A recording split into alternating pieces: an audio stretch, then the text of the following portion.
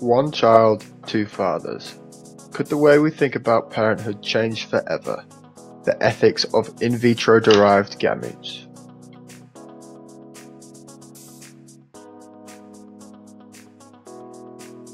Currently, you require one male sperm and one female egg for reproduction, but signs are pointing towards that this may change within the not-so-distant future.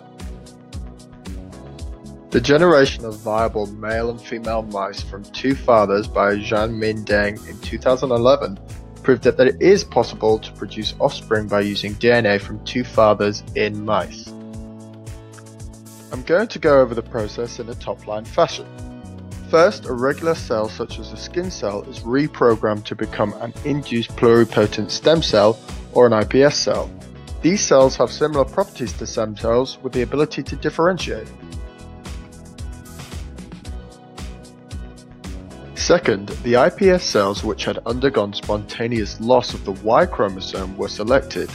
This occurs in approximately 1 to 3% of the cells. These exo-iPS cells are injected into blastocysts to generate a female chimera.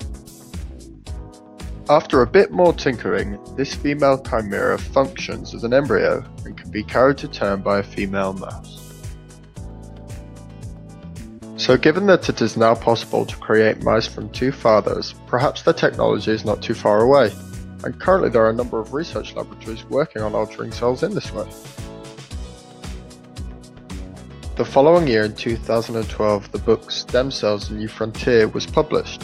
Written by Tom Douglas et al., one chapter covers same-sex reproduction. They claim recent advances suggest it may be possible to create gametes from stem cells through gametogenesis or IVG. This could be used to treat infertility and allow same-sex couples to have genetically related children. There are already ways same-sex couples can have children in the same ways that infertile heterosexual couples can, but would an option to have a child which is equally genetically related to both parents be preferable? This technology raises some extremely complex ethical questions, such as does everyone have the right to genetically related children?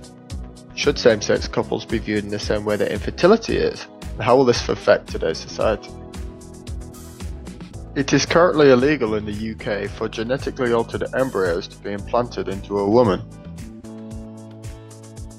There are exceptions to this ruling, such as in 2015 the UK government allowed children to be born with technically three parents, as a treatment option for a condition known as mitochondrial disease.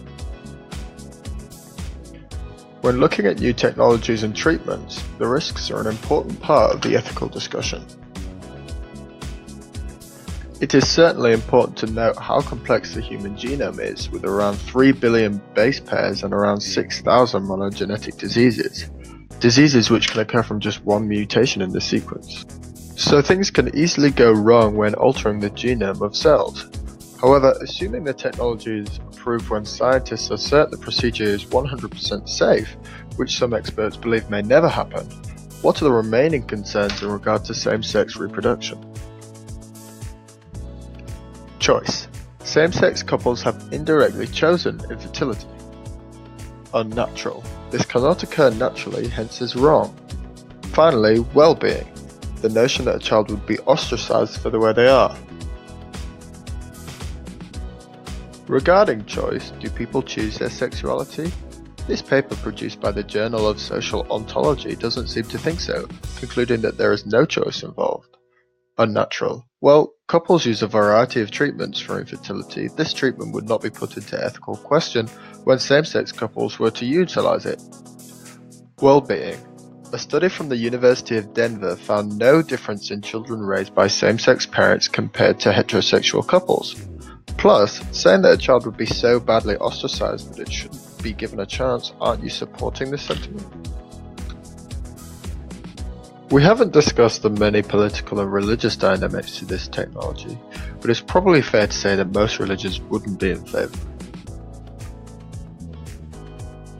My personal opinion is that if the technology is safe, then absolutely same-sex couples should be given the same chance heterosexual couples have. There are still numerous hurdles to overcome before the technique can actually be put into practice, but what do you think? Thank you. Created using Powtoon.